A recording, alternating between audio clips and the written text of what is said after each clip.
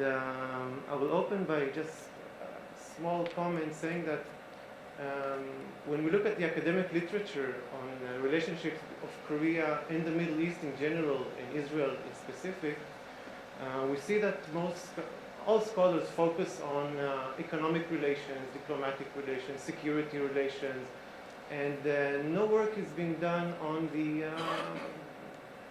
I'm not going to burden you with the theoretical aspects of soft power, cultural diplomacy, and so forth. So I'm trying to contribute in this regard in my research here. Today, relationships between Israel and Korea are warm, relatively good. You can hear Jews and Koreans when they speak with each other. They talk about the cultural and historical affinities between the two people.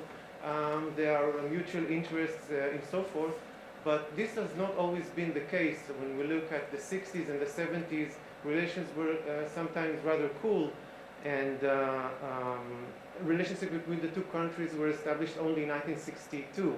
So what I will try to argue here is that prior to the official diplomatic relations, and then during the 60s and 70s, when relationships were rather cool, sports played an important role in keeping these relations alive and maintaining them and even strengthening them and preparing them for better relations in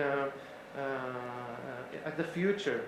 So moving to the, again, I promised I will not burden myself and you with the theoretical aspects of the paper, but just four points regarding the role of sports. I assume first, based on the theoretical literature, the first point would be that states use sport as a tool to advance their interests and to establish and promote relations. Sport could affect the ways people imagine one another. And finally, we must remember it's a tool, but it's a limited tool. We shouldn't believe that sport can change everything, can change the world, but it's an important tool. And I'm trying to evaluate in my paper how strong sport as a tool was in these relations.